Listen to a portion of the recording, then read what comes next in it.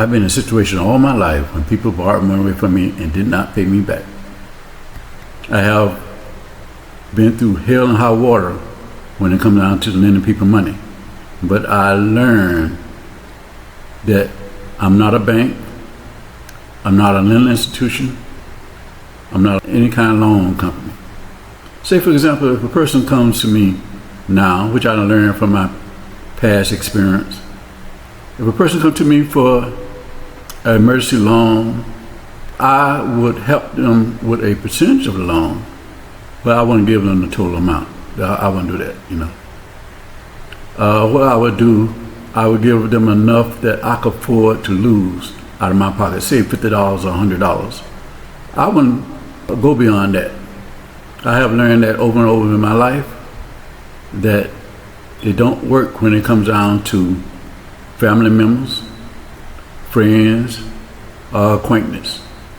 Once they get your money, the issue is all different. Some of them won't speak to you no more. Some of them are duck and dodge you. Every now and then you have a couple of people who might pay you back. But again, the ones that pay you back, they're going to figure that they can still come at you for another loan and another loan. And once that amount gets to a certain level, they won't pay you back. So you'll be in a bind. You'll be in a bind that you cannot pay your light bill, your water bill. It may take away from you doing something for your son or daughter in college, doing something for a mercy that might arise in your circle. So you have to be very, very careful when it comes down to lending money. I have had situations where a guy had came to me about 2 o'clock in the morning and told me that his mother had passed away and he need to go out of town. He really need some money. He asked me for $350. I lent him the money thinking that he was telling me the truth about it.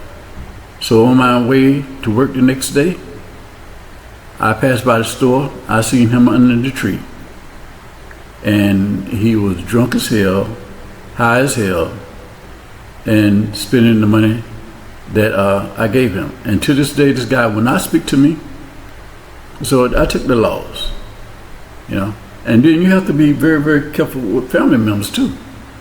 When it comes down to family members, especially ones that work on cars or do electrical work, you really, really say, hey, that's my cousin, or that's my brother that could do the electrical work for me, and I can give that money directly to him.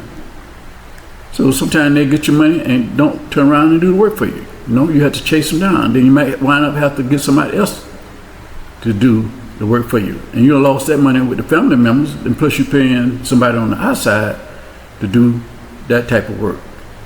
And it's a real, real bad feeling. So you have to be very careful when it comes down to money. They say money is the root of all evil, but money is not the root of all evil. You can put money on the table and money is not going to bother nobody. That money going to sit there. But once that money get into the individual hands, that determines whether that person going to do something positive or negative. But I say 9 times out of 10, they're going to do something real, real negative. Now, in other cases, like when somebody, a family member or a friend pass away within the family that you know personally, you go and volunteer in a donation to help out with the funeral arrangement. Somebody in the hospital that you really know personally that they need some financial assistance, you give them that money, to help them out. But as for loaning money, that's a no-no. That's a no-no. If you're gonna, like I said earlier, if you're gonna give somebody some money, loan somebody some money, it's best to give that person the money and forget about it. Because in the long run, if you consider yourself a bank, a lending institution, you're gonna have stress and trauma yourself, and it might erupt into a physical situation that would result in somebody getting hurt killed. So you have to be very careful when it comes down to lending money. In conclusion, generosity is a nice thing to do, being generous. But what I would do in cases that you would you feel that you're obligated or obliged to lend money to an individual, a member of the family, whoever, get a formal agreement. That's a written agreement. On this written agreement, you put the terms of the loan. When the loan is going to be repaid, get their personal information, the driver's license number. Make sure they sign the bilateral agreement with the correct signature, and make it as formal as possible in case you would have to carry this to small claims court, which is going to be a headache. But if you have to do it that way, make sure it's formal. And that way you have a good possibility of getting your money back.